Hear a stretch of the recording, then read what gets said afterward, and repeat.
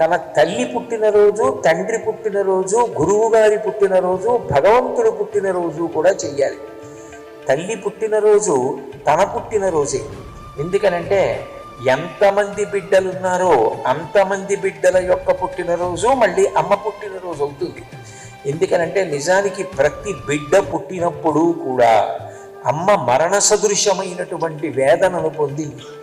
అంత రక్తం పోయింది, అంత బాధపడింది. బ్రతుకుతుందో బ్రతకదో తెలియదు. అయినా నా మెడలో మంగళసూత్రం కట్టినందుకు ఆయనకి నేను బిడ్డని అందించాలి అని మృత్యు సదృశమైన వేదనను పొంది ఆమె బిడ్డని కంది. ఆమెకి కూడా పునర్జన్మాది. అందుకని బిడ్డ పుట్టినరోజు అమ్మ పుట్టినరోజు. తన పుట్టినరోజు చేసుకునేటప్పుడు అమ్మకి చీర పెట్టి అమ్మకి నమస్కరించి తాను పుట్టినరోజు చేసుకోవాలి. కాబట్టి అమ్మ పుట్టినరోజు, నాన్నగారి పుట్టినరోజు